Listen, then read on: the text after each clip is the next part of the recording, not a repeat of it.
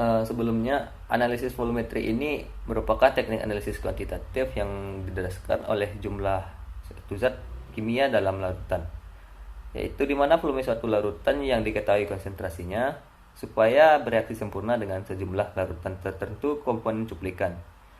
Analisis volumetri ini biasa dikenal dengan nama titrasi, atau dengan kata lain analisis volumetri ini disebut juga analisis titrimetri. Analisis ini pertama sekali ditemukan pada awal abad ke-18.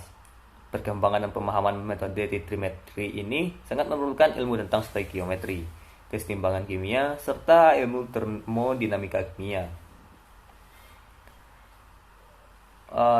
Adapun langkah kasar atau metode kasar dari volumetri ini ialah umumnya yang pertama larutan standar dimasukkan ke dalam buret, kemudian ditambahkan perlahan-lahan ke dalam larutan yang akan ditentukan atau analit. Proses menambah larutan standar ini sampai terjadi reaksi sempurna disebut proses titrasi, dan saat dimana reaksi sempurna tercapai disebut titik ekuivalen, saat stoikiometri atau saat akhir teoritis.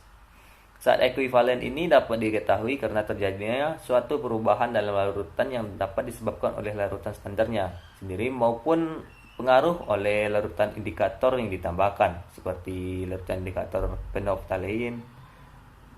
Analisis volumetrik ini merupakan analisis kuantitatif yang digunakan secara luas. Seperti namanya, metode ini melibatkan pengukuran volume larutan yang konsentrasinya diketahui dan diterapkan untuk menentukan konsentrasi analit.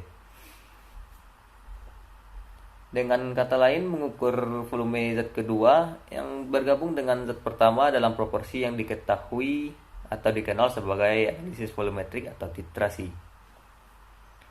Adapun prinsip-prinsip dasar dari analisis volumetrik ini ialah yang pertama, larutan yang akan dianalisis harus mengandung sejumlah bahan kimia yang tidak diketahui.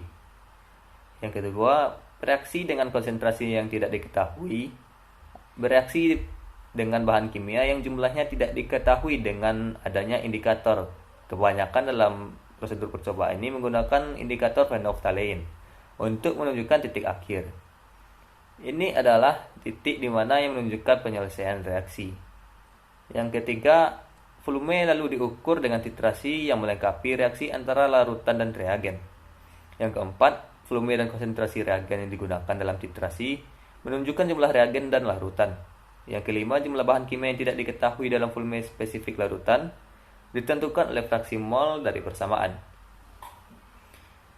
Ketika titik akhir reaksi tercapai, maka volume reaktan yang dikonsumsi diukur dan diterapkan untuk melakukan perhitungan analisis volumetrik analit dengan rumus berikut, yang dimana Ca ialah konsentrasi analit, biasanya dalam bentuk molaritas.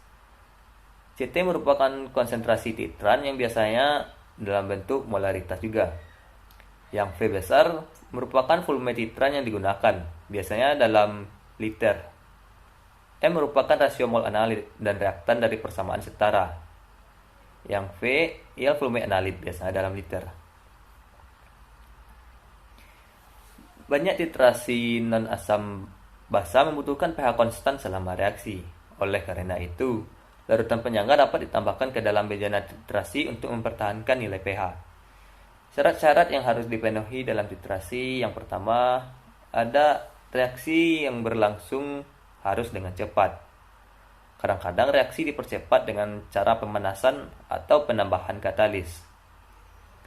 Yang kedua, reaksi harus stoikiometri dan tidak adanya terjadi reaksi samping lainnya yang tidak dikehendaki. Yang ketiga, pada titik ekuivalen titrasi, kurang dari salah satu sifat sistem yang bereaksi harus mengalami perubahan terhadap indikator visual. Yang keempat atau yang terakhir, harus adanya indikator yang dapat dipakai menunjukkan titik ekuivalen titrasi. Seperti yang sudah dijelaskan sebelumnya, kebanyakan pada analisis volumetrik ini banyak dipakai indikator phenolphthalein untuk menunjukkan titik ekuivalen titrasi akhirnya.